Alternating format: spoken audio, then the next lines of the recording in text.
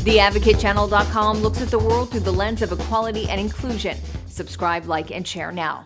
AC 24/7's Top Story Countdown continues with our producer's pick for number 3.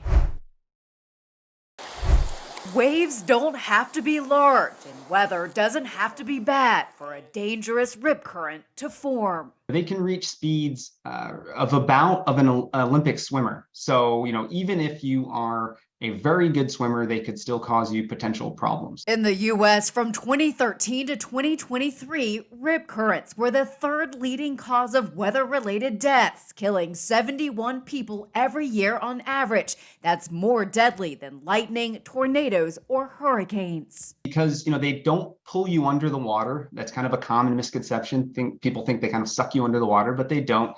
They just pull you away from shore. If you're in the water and feel like you're getting farther away from the beach, experts say the first thing to do is not panic. I know that sounds counterintuitive. People want to try to get back to shore, but you want to just relax and float.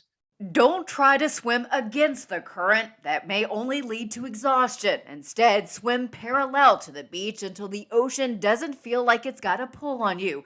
Then swim back to the shore at an angle, letting the waves push you back in. Some people might not be strong swimmers or you might get tired and feel like you can't keep swimming. So if you can just float, stay on the surface of the water and look back to shore and call and wave for help, that'll give a chance for public safety personnel to come rescue you. Like the Advocate Channel on Facebook for the best way to get updated stories that advocate for equality, justice, our rights, and more. AC 24/7 continues with today's top 2 pick.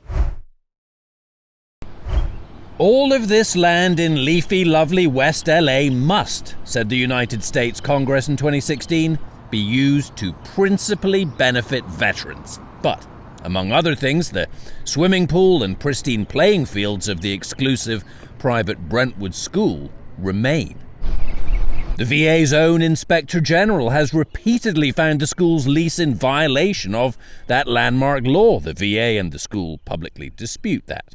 And now, there's a new bill before the House that would essentially legalize that lease and curtail the Inspector General's authority. It's insane that they're doing this. Begs the question, why?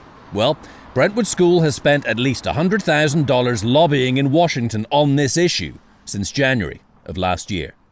The school has been a reliable partner to VA and veterans since 1972, providing numerous school-funded services that many veterans and their families have come to rely upon, Brentwood School told CNN. To solidify these important relationships for years to come, we engaged counsel to help navigate the complex legislative process.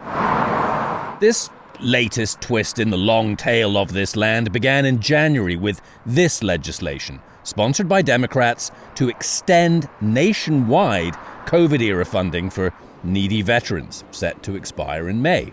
Republicans balked at the cost. We currently are working on a package to address the issue. We will work with you, but we've got to actually sit down and work together to figure out the problem of the expense. That COVID-era funding expired in May. In June, Republicans brought their package to the floor. It's basically the Democrats' bill, plus payment scales for entities that serve vets, and this new controversial section, essentially legalizing Brentwood School's lease and allowing in-kind contributions to count toward the rent they pay. I don't understand why the West LA leasing and the matters pertaining to the Brentwood School interests in the property are being co-joined. Absolutely frustrating, absolutely ridiculous that money that could go to support veterans is being held up because some members of Congress want to submit an amendment. It's just foul. It really is. Congressman Mike Bost, chair of the House Veterans Affairs Committee and a co-sponsor of this bill, couldn't find time for an interview, gave us a statement.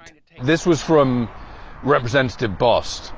It was Congress's intent in 2016 to keep Brentwood on the West LA campus. Well, in 2016, Congressman Ted Lieu said that his legislation was to ensure that all leases principally benefit veterans and their families. This Republican bill was sponsored by a freshman representative, Lori Chavez de Remer of Oregon. She declined an interview. Her spokesperson told CNN she sponsored the bill because homelessness is at a crisis level in Oregon, and her constituents consistently raise this problem as one of the top issues they would like her to address. The next day, she introduced another bill that includes a $500 million VA construction project around her district. Her spokesman says she sponsored that bill because it will help the Portland VA Medical Center expand and make necessary improvements. But back to her bill that would in part benefit Brentwood School.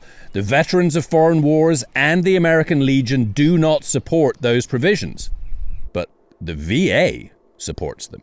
Do veterans in the Los Angeles area support this proposal?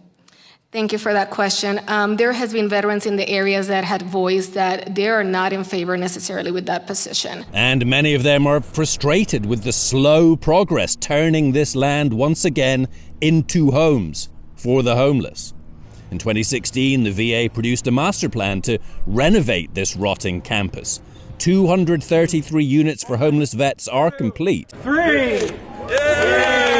But, according to the timeline, at least 770 units should have been built by now. Follow the Advocate channel on Twitter and Instagram to stay updated on stories that matter every day. We're now at our #1 story of the day. Take a look.